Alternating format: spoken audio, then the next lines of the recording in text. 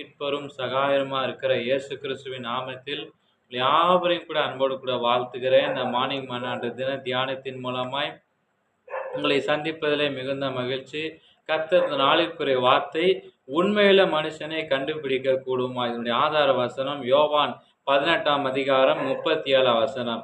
இயேசு பிரதியுத்தரமாக சத்தியத்தை குறித்து சாட்சி கொடுக்க நான் பிறந்தேன் என்றார். இன்னைக்கு நாம வாழ்கிற உலகத்துல உண்மையே இல்லை, நியாயத்துக்கு மதிப்பே இல்லை. இஸ்ரவேல் இப்படிப்பட்ட காரியங்களை கண்ட ஏசாயாவின் ஆதங்கத்தை ஏசாயா 59ஆம் அதிகாரம் 14ஆம் வசனத்துல வாசிக்கிறோம். அதை வெளிப்படுத்துகிறது. நியாயம் பின்னிட்டு அகன்று விட்டது, நீதி தூரமாய் நின்றது, சத்தியம் வீதியிலே இடறி யதார்த்தம் வந்து சேர மாடா போகிறது, சத்தியம் தள்ளுபடி ஆயிற்று. எரேமியாவும் இதே கருத்தை வெளிப்படுத்துகின்றார். அவர்கள் மெய்யை பேசாமல் பொய்யை பேச தங்கள் நாவை பழக்குகிறார்கள் என்று சொல்லி எரேமியா 9ஆம் அதிகாரம் 5ஆம் வசனம் வாசிக்கிறோம். இப்படிப்பட்ட நிலைமையை தமது ஜனங்களாக இஸ்ரவேலிடத்திலும் கண்ட கர்த்தர் விசனப்பட்டாராம்.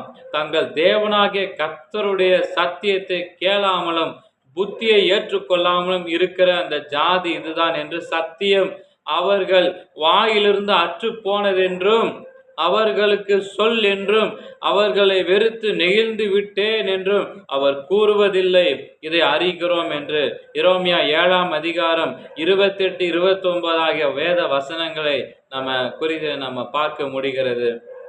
ஜெபிக்கலாமா? எல்லாரும் சேர்ந்து கண்களை மூடி கண் எங்கேயும் செதறாம இருக்க நம்ம ஆண்டவரோடு இருந்து ஜெபம் பண்ணலாம்.